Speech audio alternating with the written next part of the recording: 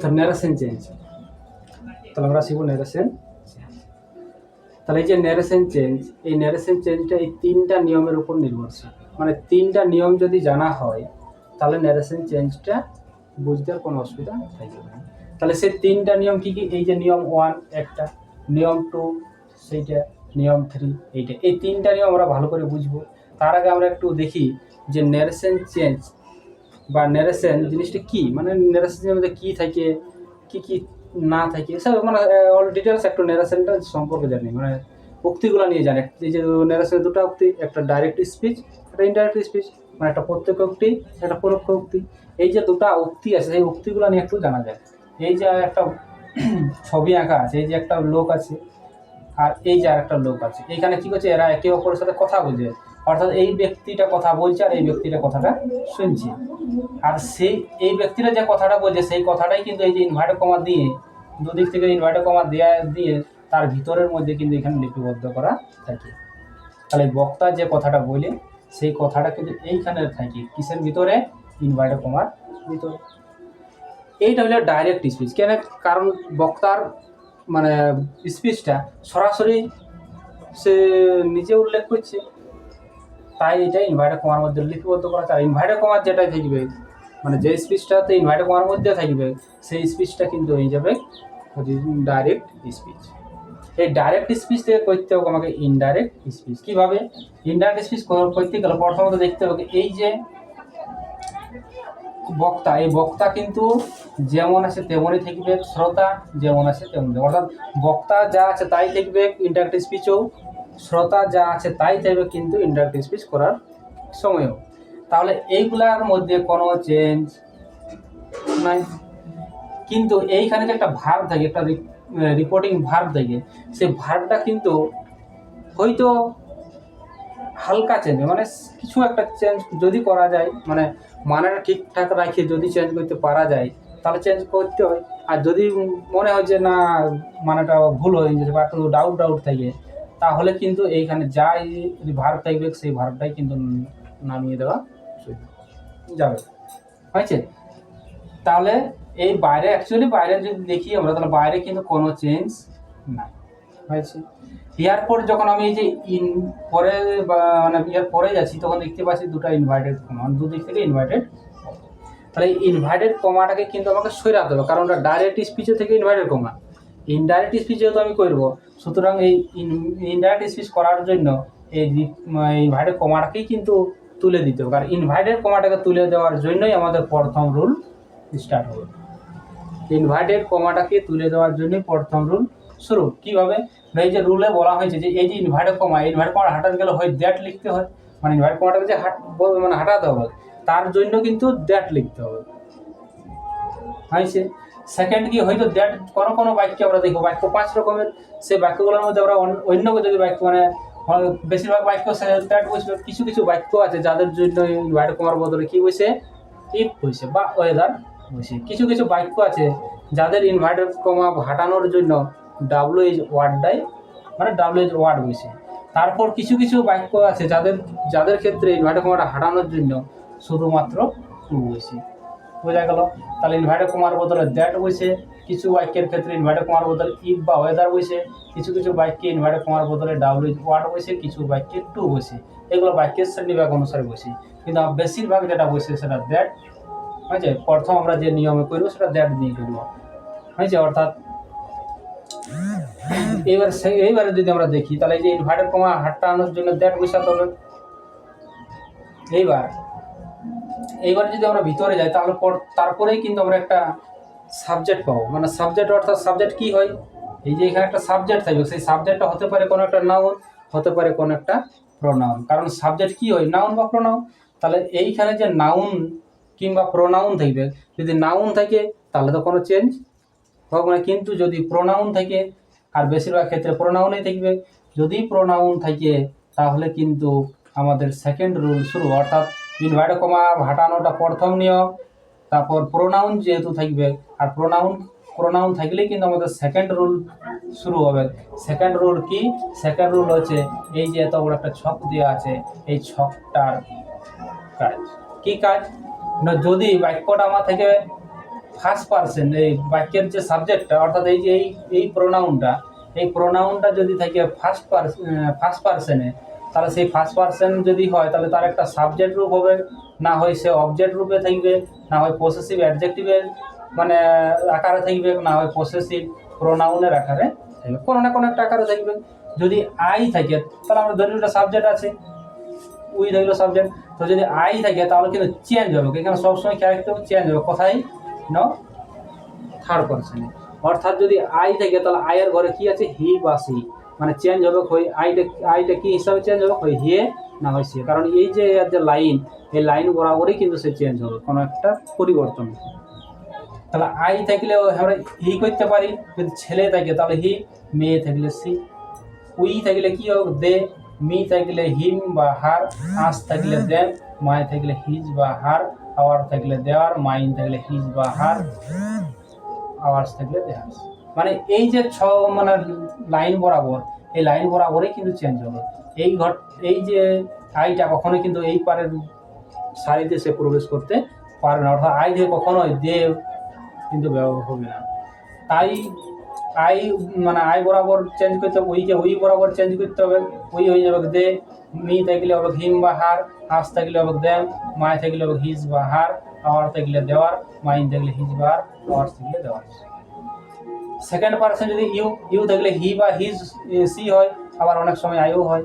You থাকলে এদিকেও হতে পারে, উপরে যেতে পারে, ইউ থাকলে এদিকেও আসতে পারে, উপরে যেতে পারে, নিচেও আসতে পারে, উপরে যেতে পারে, নিচেও আসতে পারে, উপরেও যেতে পারে, নিচেও আসতে পারে, উপরে যেতে পারে, নিচেও আসতে পারে, উপরেও যেতে পারে, নিচেও আসতে পারে, উপরেও যেতে পারে। অর্থাৎ ইউটা দুদিক থেকেই কিন্তু পরিবর্তন হতে পারে, উপরের দিকেও পরিবর্তন হতে পারে, নিচের দিকেও পরিবর্তন হতে পারে। সেটা কি, সেটা এই যে ইউটা পরিবর্তন হয় এই ব্যক্তিটাকে অনুসারে, এই ব্যক্তিটা যে হবে তার অনুসারে, মানে সেই ব্যক্তিটাকে লক্ষ্য করে তোমাকে প্রোনাউনটাকে নির্ধারণ করতে হবে, যে উপরে যাবে না নিচে যাবে।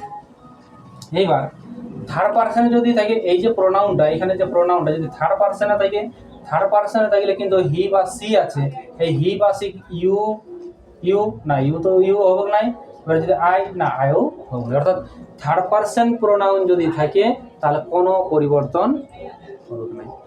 খেয়াল রাখতে ভালো করে, যে থার্ড পার্সন যদি প্রোনাউন থাকে, হি থাক, সি থাক, দে থাক, হিম থাক, হার থাক, দেম থাক, হিজ থাক, হার থাক, কোনোটাই কিন্তু পরিবর্তন হবে না। থার্ড পার্সন প্রোনাউনের কোনো পরিবর্তন হয় না। তাহলে পরিবর্তন হয় কার, ফার্স্ট পার্সন প্রোনাউন পরিবর্তন কেমন, আই থাকলে লাস্টের ঘর, উই থাকলো লাস্টের ঘর, মি থাকলো লাস্টের ঘর।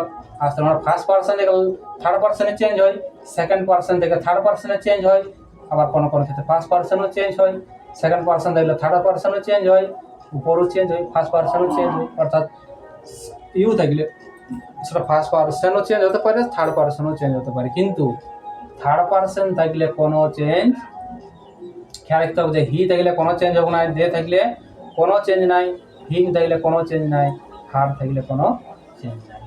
লাস্ট কি, তারপরে আমরা যদি দেখি এই যে ভার, আমার দুটো নিয়ম হলে যে ইনভার্টেড কমা তুলে দিতে হবে, তার জন্য নিয়ম 1, তার জন্য ব্যবহার করতে হবে ইনভার্টেড কমার বদলে দ্যাট, কোনো কোনো ক্ষেত্রে ইফ বা ওয়েদার, তারপর ডাব্লিউ ওয়ার্ড টু এলে ব্যবহার করতে হবে, কিন্তু আমরা প্রথম শিখব দ্যাটের ব্যবহার, মানে ইনভার্টেড কমাকে তুলে দেওয়ার জন্য দ্যাট ব্যবহার করতে হয়।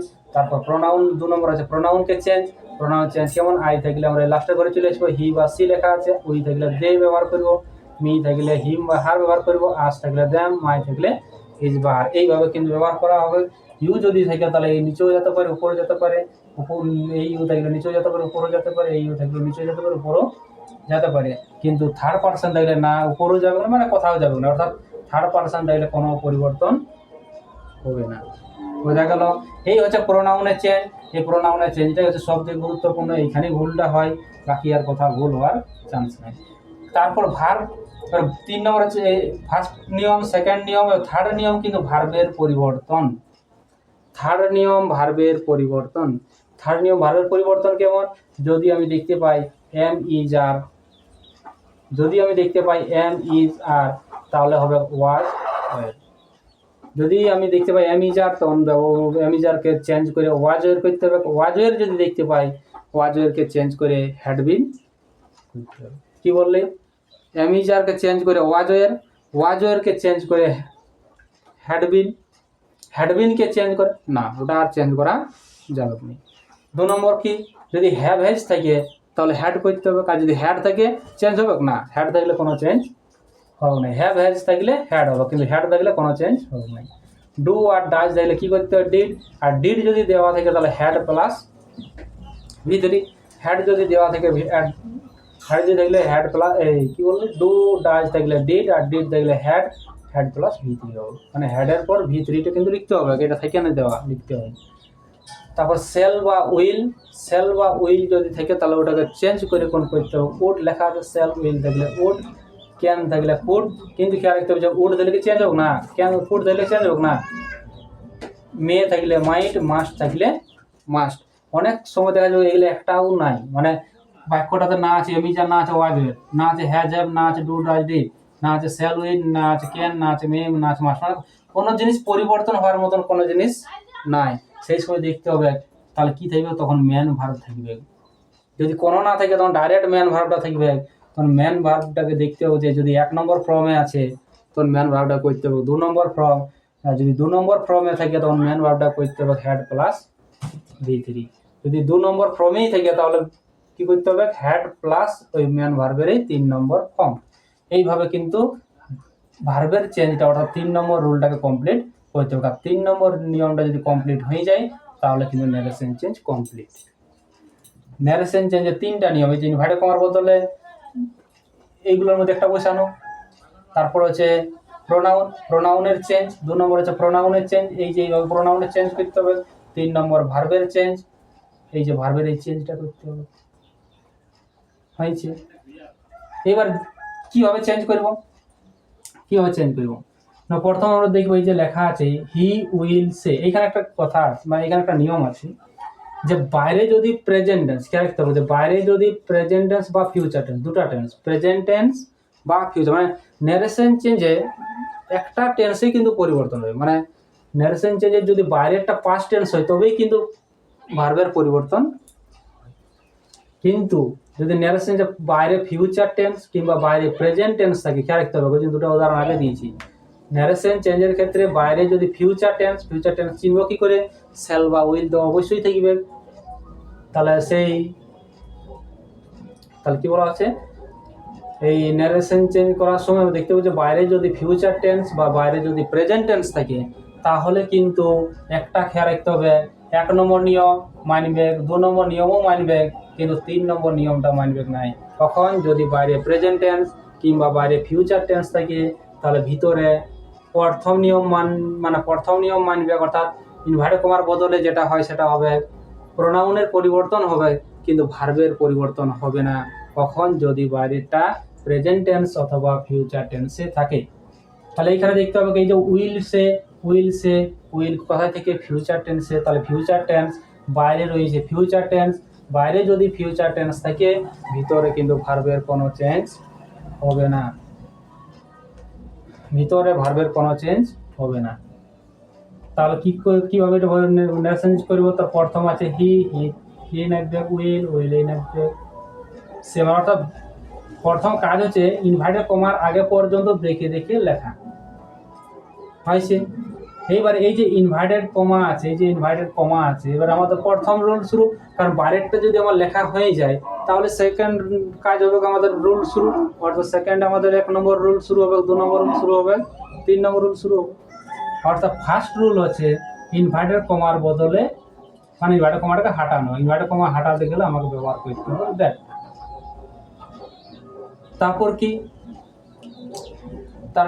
তারপর নিয়ম হচ্ছে প্রোনাউনের চেঞ্জ, এই যে এই ছকটা অনুসারে প্রোনাউনের চেঞ্জ। তাহলে আছে কি, মাই আছে, দেখা যাক তো মাই কোথায় আছে, যে মাই, আর মাই যদি থাকে তাহলে আমরা জানি যে ফার্স্ট পার্সনে থার্ড পার্সনে চেঞ্জ হয়, তাহলে মাই আছে, মাই থাকলে কি হবে, হিজ হবে, নাহলে হার হবে। তাহলে মাই ফ্রেন্ড মানে কি ওটা, হি, এই যে ফার্স্ট পার্সন মানে যে বক্তাটাকে বোঝানো হয়, ফার্স্ট পার্সন তো মাইটা ফার্স্ট পার্সন, ফার্স্ট পার্সন মানে কি যে কথা বলেছে ওইটা ফার্স্ট পার্সন, তাহলে হি হচ্ছে ফার্স্ট পার্সন মানে ছেলে বটে, তাহলে মাই থেকে আমরা ছেলে ব্যবহার করবো, তাহলে মাইটা হচ্ছে ছেলেকে, হিজ মানে ছেলে, হার মানে তো মেয়ে, তাহলে অবশ্যই মায়ের বদলে আমাকে ব্যবহার করতে হবে হিজ, মায়ের বদলে ব্যবহার করতে হবে হিজ। তারপর কি, তারপর ভার্বের পরিবর্তন 3 নম্বরে কিন্তু এইখানে খেয়াল রাখতে হবে যে বাইরে যদি প্রেজেন্ট টেন্স বা ফিউচার টেন্স হয় তাহলে দুটো নিয়ম মানবে। ফার্স্ট নিয়ম সেকেন্ড নিয়ম অলরেডি মানবে, বাট থার্ড নিয়মটা যেটা ভার্বের চেঞ্জ, সেই ভার্বের চেঞ্জটা কিন্তু বাদ যাবে। অর্থাৎ ভার্বের চেঞ্জটা হবে, বাকি দুটো নিয়মই এখানে ফলো করবে। সেই দুটো নিয়ম অবশ্যই এইটা হচ্ছে 1 নম্বর নিয়ম, মানে ইনভার্টেড কমা তুলে দেওয়ার জন্য দ্যাট। 2 নম্বরে যে প্রোনাউন মাই ছিল সেই মাইটাকে পরিবর্তন করে হিজ। তারপর ফ্রেন্ড আছে, ফ্রেন্ড অবশ্যই লিখতে হবে, তাহলে হিজ ফ্রেন্ড হয়ে গেল, মাই ফ্রেন্ডটা হিজ ফ্রেন্ড। তারপরে যে ইজ ছিল, এই ইজটা যেহেতু ভার্ব, তাহলে ভার্বটার পরিবর্তন হইতো, বাট এখানে কিন্তু পরিবর্তন হচ্ছে না, যেহেতু সেই বাইরে হচ্ছে ফিউচার টেন্স। বাইরে ফিউচার টেন্স হলে ভিতরে ভার্বের চেঞ্জ হবে না। তাহলে যা আছে তাই লিখতে হবে, যা আছে তাই লিখতে হবে, বাস এইভাবে। এবার ইনভার্টেড কমা কিন্তু লেখা যাবে না, ডাইরেক্ট ফুল স্টপ দিয়ে শেষ। তাহলে কি হলো, বাইরে যা ছিল তাই লিখলি, ইনভার্টেড কমার জন্য দ্যাট লিখলি। এটা প্রথম নিয়মে বলা হয়েছে যে ইনভার্টেড কমা হাঁটানোর জন্য দ্যাট বসাতে হবে। পরের বাক্যগুলো আমরা জানবো যে ইফ কোথায় বসে, ডাব্লিউ ওয়ার্ড কোথায় বসে। তারপর কি, এই যে মাই ফ্রেন্ড আছে, মাই ফ্রেন্ড, এই যে মাই ফ্রেন্ড আমরা জানি যে ফার্স্ট নিয়ম পালন করার পরে সেকেন্ড নিয়ম শুরু হবে। অর্থাৎ সেকেন্ড নিয়মে বলা হয়েছে যদি আমার প্রোনাউন থেকে সেই প্রোনাউনগুলোকে পরিবর্তন করতে হবে, মানে প্রোনাউন থেকে যটা প্রোনাউন দেবে তটা প্রোনাউনকেই চেঞ্জ করতে হবে। তাহলে এখানে আমরা দেখা যাচ্ছে মাই ফ্রেন্ড, মাই আছে প্রোনাউন, এই যে মাই যদি থাকে তাহলে মাইটা চেঞ্জ হয়ে ওই মানে ফার্স্ট পার্সন থেকে লাস্ট পার্সন চেঞ্জ হয়ে যায়, ফার্স্ট পার্সন থেকে লাস্ট পার্সন অর্থাৎ থার্ড পার্সনে। আর এই মাই থেকে হয়ে যাবে হিজ বা হার। তাহলে এখানে আমাকে দেখতে হবে যে হিজ বসাবো না হার বসাবো। এবার কি করে বুঝবো, এই যে মাই মানে ফার্স্ট পার্সন, আর ফার্স্ট পার্সনের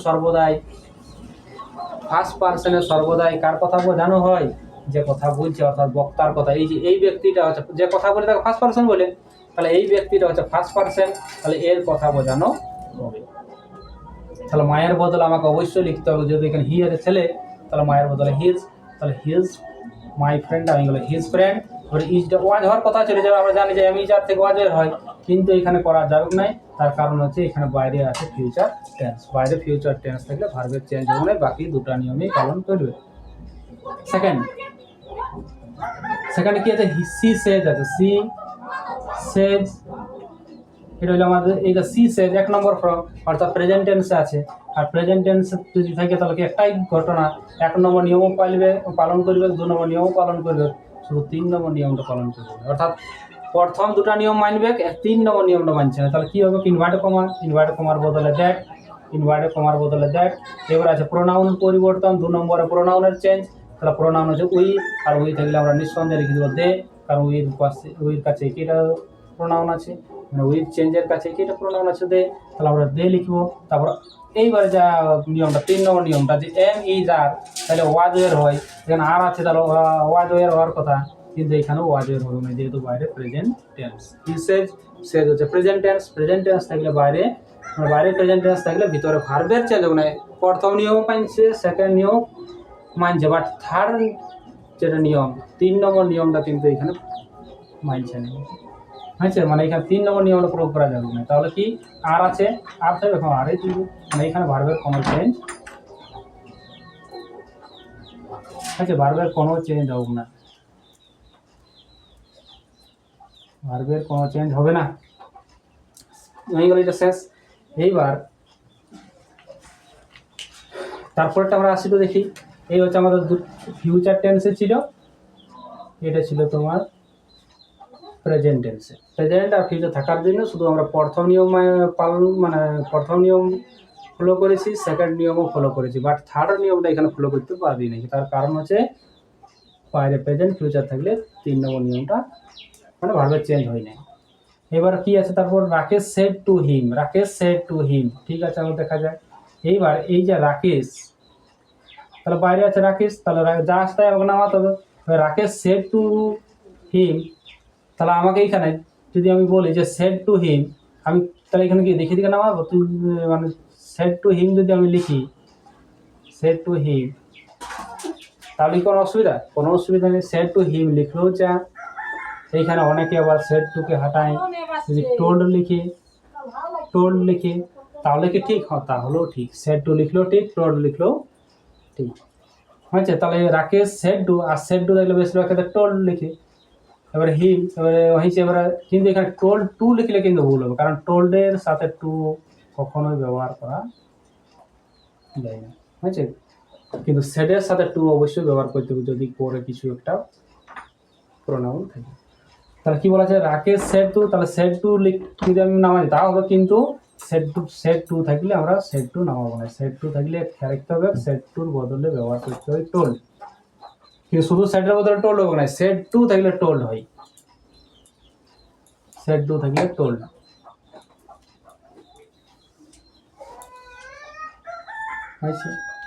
সেড টু টোল্ড হিম। এবার কি, এবার হচ্ছে এই যে আমার মানে বাইরের অংশটা নামানো হয়ে গেল, মানে বাইরের অংশটা যা ছিল আমি লিখেছি। এবার নিয়ম শুরু, বাইরের অংশ লেখার পরে আমার নিয়ম শুরু হবে। 1 নম্বর নিয়ম, 1 নম্বর নিয়ম বলা যে ইনভার্টেড কমা, ইনভার্টেড কমাকে হাঁটানোর জন্য কি চাই, দ্যাট চাই বা ইফ চাই। ওটা পরে এলে পরের সেন্টেন্সে আছে এইগুলো। প্রথম যে সেন্টেন্সটা অ্যাসার্টিভ সেন্টেন্স, বাট সেই অ্যাসার্টিভ সেন্টেন্সের ক্ষেত্রে ইনভার্টেড কমার বদলে দ্যাট, তাহলে যে ইনভার্টেড কমা সেই ইনভার্টেড কমার বদলে দ্যাট। তাহলে রাকেশ টোল্ড হিম ইনভার্টেড কমার বদলে দ্যাট, 1 নম্বর নিয়ম ক্লিয়ার। 2 নম্বর নিয়মে এবার আসতে হবে। 2 নম্বর নিয়মে কি আছে, প্রোনাউন। প্রোনাউন এখানে আই আছে, প্রোনাউন এখানে আই আছে, আই থাকলে হয় হি বা সি। এবার হি বসাবো না সি বসাবো, কি করে বুঝবো? আই মানে ফার্স্ট পারসন, আর ফার্স্ট পারসন মানে এই লোকটার কথা বলা হয়। ফার্স্ট পারসন মানে এই লোকটা, এখানে ইউ থাকলে এই লোকটাকে বোঝাবে, মানে ফার্স্ট পারসনে যে বলে তাকে বক্তাকে, আর ইউ থাকলে শ্রোতাকে বোঝায়। এবারে এই লোকটা দেখতে হবে ছেলে না মেয়ে, সেই অনুসারে চেঞ্জটা করতে হবে। তাহলে রাকেশ ছেলে, তাহলে ছেলে হলে হি হয় না সি হয়, ছেলে থাকলে হি হয়, তাহলে আয়ের বদলে হি, বুঝা গেল? এবারে হ্যাঁ, এবার দেখতে হবে ফার্স্ট পারসন, এই ফার্স্ট নিয়ম, সেকেন্ড নিয়ম অলরেডি কমপ্লিট। থার্ড নিয়ম কি মানবে? অবশ্যই মানবে যদি বাইরে প্রেজেন্ট টেন্স বা ফিউচার টেন্স না থাকে। তো বাইরে এখানে পাস্ট টেন্সে আছে, হি সেড টু, ভার্বের 2 নম্বর ফর্ম পাস্ট টেন্সে আছে। পাস্ট টেন্সে যদি বাইরে থাকে তাহলে ভার্বেরও চেঞ্জ হয়, অর্থাৎ পুরোপুরি 3টা নিয়মেই ফলো করে, পুরোপুরি 3টা নিয়মেই ফলো করবে। প্রথম নিয়মও মানবে, সেকেন্ডও মানবে, থার্ড নিয়মও মানবে। অর্থাৎ আমরা বুঝতে পারি যে হ্যাভ আছে, এই হ্যাভটা কিন্তু হয়ে যাবে হ্যাড, হ্যাভ হ্যাজ থাকলে হয়ে যায় হ্যাড। তারপর কি, যা আছে তাই, তারপরে যা আছে হয়েছে। এবার তারপরটা দেখা যাক, তাহলে কি আছে, প্রিয়ঙ্কা, প্রিয়াঙ্কা সেড, তাহলে প্রিয়াঙ্কা সেড অবশ্য, তাহলে যা আছে তাই নামানো হইলো। এবার এখানে টোল্ড না হইলো, কারণ সেড টু তো নাই যে টোল্ড নামাতে হবে, তাহলে সেড আছে সেডেই থাকলো। এবার নিয়ম শুরু, ইনভার্টেড কমা, ইনভার্টেড কমার বদলে দ্যাট, ইনভার্টেড কমার বদলে দ্যাট 1 নম্বর নিয়ম। তারপর আছে 2 নম্বর নিয়ম। 2 নম্বর নিয়ম মানে প্রোনাউনের চেঞ্জ, আই আছে, তাহলে আই থাকলে কি হয়, আই থাকলে হি বা সি হয়। এবার হি নো সি হবে সেটা দেখতে হবে। এই যে কে, মানে এইখানে বক্তাকে, বক্তা হচ্ছে প্রিয়াঙ্কা, প্রিয়াঙ্কা মানে মেয়ে, আর মেয়ে থাকলে হি নো সি হয়, সি হয়, তাহলে মেয়ে থাকলে সি হয়, তাহলে সি হবে আয়ের বদলে সি। আর ইয়ার পর হচ্ছে 3 নম্বর নিয়ম, বাইরে পাস্ট টেন্স, সেড মানে V two past tense, past tense যদি থাকে তাহলে ভার্বেরও চেঞ্জ হবে।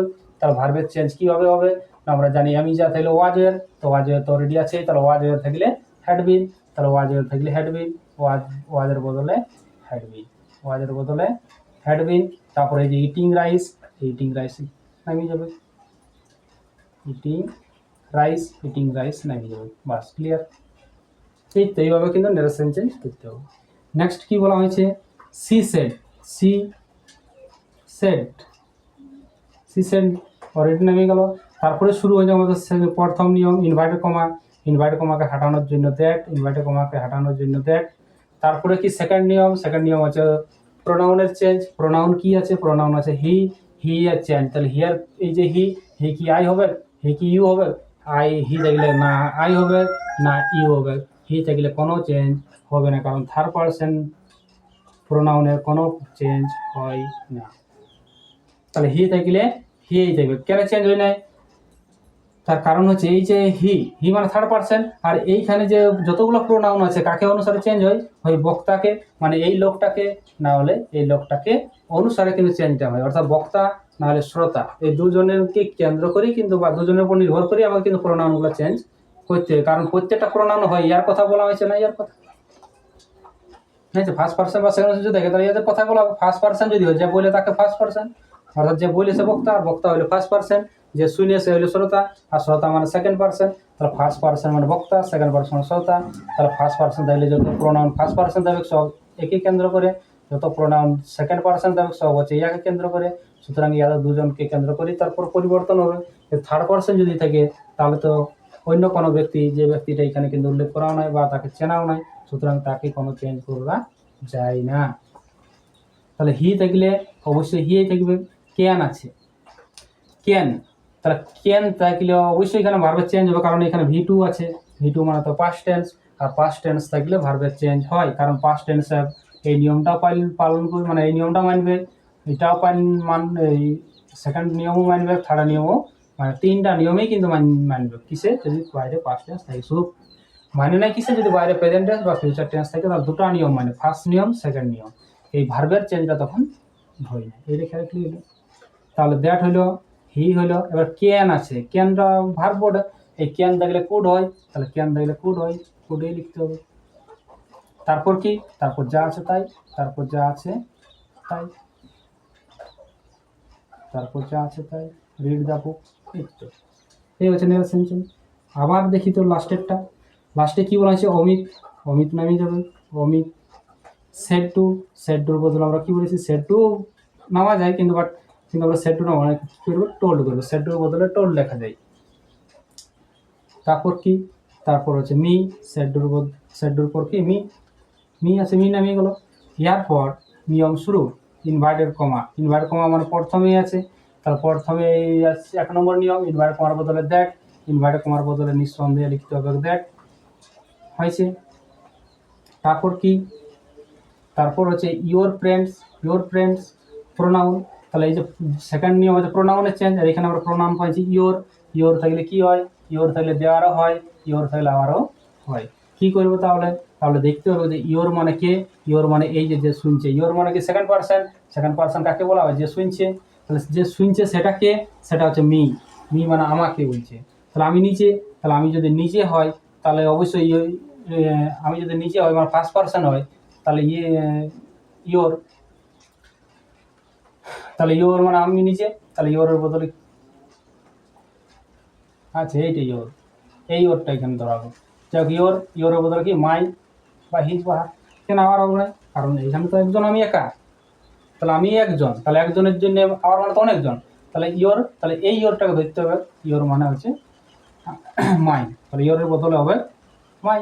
এই যে ইওরের বদলে মাই, কেন মাই হইলো, কেন হিজ হইলো না, কারণ এই যে বলা হলো যে এই যে সেকেন্ড পার্সন মানে যে শুনছে তাকে দেখতে হবে যে কে শুনছে কথাটা, যে শুনছে সে হচ্ছে মি, আর মি মানে তো আমি, তাহলে আমি মানে আমি নিজে, তার জন্য এখানে হবে মাই। ইওর মানে তোমার, মাই মানে আমার, তাহলে মাই, তারপর ফ্রেন্ডস আছে, ফ্রেন্ডসই হবে মাই ফ্রেন্ডস। এবার কি আছে বাইরে, কি টেন্স আছে, অবশ্যই ভি2তে আছে, মানে পাস্ট টেন্সে আছে। তাহলে বাইরে যদি পাস্ট টেন্সে থাকে তাহলে কি প্রথম নিয়মও মানবে, সেকেন্ড নিয়মও মানবে, থার্ড নিয়মও মানবে। তাহলে আর আছে, আরটাকে কি করতে হবে, ওয়াজ বা ওয়ের, তাহলে আর আছে, আরটাকে করতে হবে ওয়াজ বা ওয়ের। তাহলে কি হবে, মাই ফ্রেন্ডস, তাহলে অবশ্যই আর ওয়াজ নেবে, ওয়ের হবে কারণ প্লুরাল। আচ্ছা, মাই ফ্রেন্ডস ওয়ের কি আছে, ওয়েটিং। আচ্ছা, my friends were waiting for you. আবার প্রোনাউন, তাহলে কি এখানে শেষ, প্রোনাউন ইউটাকে নামাই দেবো না, এটাও তো প্রোনাউন, আর প্রোনাউন জটা থাকবে, প্রত্যেকটা প্রোনাউনের কিন্তু চেঞ্জ। তাহলে ইউ, এখানে ইউ আছে, এই ইউটা কিন্তু ধরা যাবে না, কারণ কি এই যে প্রেপোজিশন আছে মানে প্রেপোজিশনের পর কি চাই, অবজেক্টিভ কেস চাই, মানে অবজেক্ট চাই। তাহলে ইউটা এইখানে কিন্তু অবজেক্ট বলে, সাবজেক্ট নয়, মানে এই যে সাবজেক্টের ঘরে যে ইউগুলো আছে সেই ইউগুলা নয়, এটা এই প্রেপোজিশনের পরে যেহেতু ইউ আছে, সুতরাং ধরে নিতে হবে এটা হচ্ছে অবজেক্টিভ কেস, অর্থাৎ অবজেক্ট। তাহলে এই যে এই ইউটার কথা বলা হয়েছে, তাহলে এই ইউ আর এই ইউ মানে এই ইউটার পরিবর্তন করতে হবে, হয় মি হবে, তাহলে হিম বা হার হবে। কি করে বুঝবো, এই ইউটা দেখতে হবে, ইউ মানে সেকেন্ড পার্সন মানে মি, আমি নিজে, তাহলে নিজে যদি হয় তাহলে অবশ্যই উপরেরটা হবে মি। হি আর এই হিম বা হার সেটা হবে না, কারণ আমি নিজে, তাহলে মি হবে অবশ্যই ফর মি। বোঝা গেল। এইভাবে কিন্তু ন্যারেশন চেঞ্জের প্রথম যে নিয়মটা, এটা হচ্ছে ফার্স্ট, এটাই হচ্ছে সব মেন নিয়ম। এই নিয়মটাকে কেন্দ্র করে এরপর 5টা বাক্য, 5 ধরনের যে বাক্য আছে সব বাক্য কিন্তু এই নিয়মের উপর ভিত্তি করে কিন্তু কমপ্লিট করা যাবে। জাস্ট একটু বাক্যটা না, মানে বাক্যটার যেহেতু মানে বাক্যটা আলাদা প্রকার, মানে বাক্য যেহেতু 5 প্রকার আলাদা আলাদা, তার জন্য হালকা হালকা চেঞ্জ হবে। কি চেঞ্জ হবে? শুধু এই যে ইনভার্টার কমার জায়গায় চেঞ্জ হয়, শুধু ইনভার্টার কমার জায়গায় চেঞ্জ হবে, বাকি যে গঠনটা, বাকি যে টেন্সের বা বাকি যে মানে এই যে পরিবর্তনটা, মানে এই যে 3টা নিয়ম, প্রত্যেকটা নিয়মেই কিন্তু ফলো হবে, শুধু বাক্য অনুসারে ইনভার্টার কমার বদলে ব্যবহার হবে। এই হচ্ছে নিয়ম, এই হচ্ছে ন্যারেশন চেঞ্জের আসল ভিতটা। এইটা যদি জানা থাকে, যে কোনো ন্যারেশন চেঞ্জ নিমেষে করা সম্ভব। ঠিক আছে।